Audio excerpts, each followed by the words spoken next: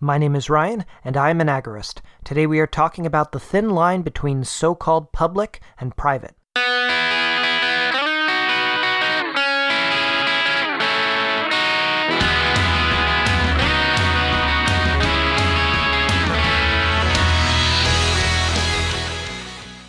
One of my favorite journalists in the world is Glenn Greenwald. What I love about him is that he's an actual journalist. Imagine that. He investigates and reports on important information that needs to be shared. In 2017, he wrote a bombshell article which still resonates today. The title was, quote, "Facebook says it is deleting accounts at the direction of the U.S. and Israeli governments," end quote. In this article, Greenwald reported on how Facebook deletes accounts at the direction of the U.S. and Israeli governments, whether directly or indirectly. Yikes. These days, it's popular to criticize Facebook. They regularly ban people for sharing what they want to share. I just got off of a 30-day ban from Facebook for sharing something offensive in a thread that was about offensive things posted on the internet. But while criticism is common, so are defenses of Facebook. In libertarian circles, when you criticize Facebook, there's always somebody who pops up to say, "Yeah, but Facebook is a private company. If you don't like what they're doing, you should find another site." I don't necessarily disagree with that statement. But at the same time, I'm also not naive enough to think that it adequately describes the situation. Facebook, for better or for worse, has become a public forum. It's where we go to do everything from share family photos to argue over politics.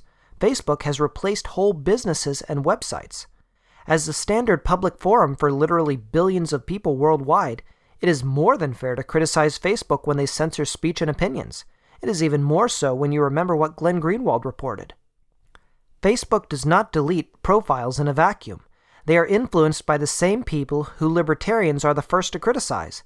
If the government decided that you weren't allowed to talk with your friends anymore, libertarians would be the first to say, "Hey, that's not okay!"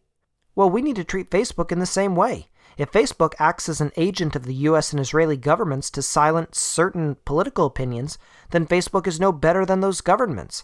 It is a sad cop-out to look at Facebook's censorship and brush it off by saying, "Yeah, but they're a private company."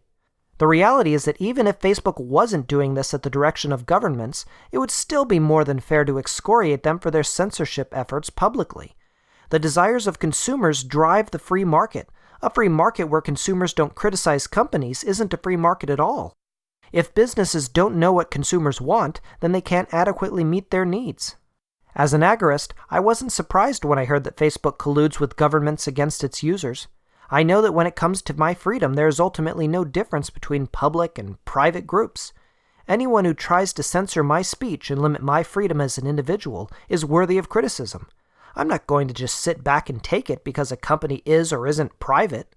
When we make the often arbitrary distinction between public and private groups, companies, whatever, we end up giving a pass to people who are worthy of criticism. And we do a disservice to the free market itself by not making our desires known. So, don't waste your time defending those who are actively trying to limit your freedom. For all you know, they might be colluding with the governments who you already hate so much. Do what you can to be most free, both online and in the so-called real world. Criticize those worthy of criticism and disassociate with them if necessary. It's your life to live and your choice to make. This is Techno-Agorist, episode 22.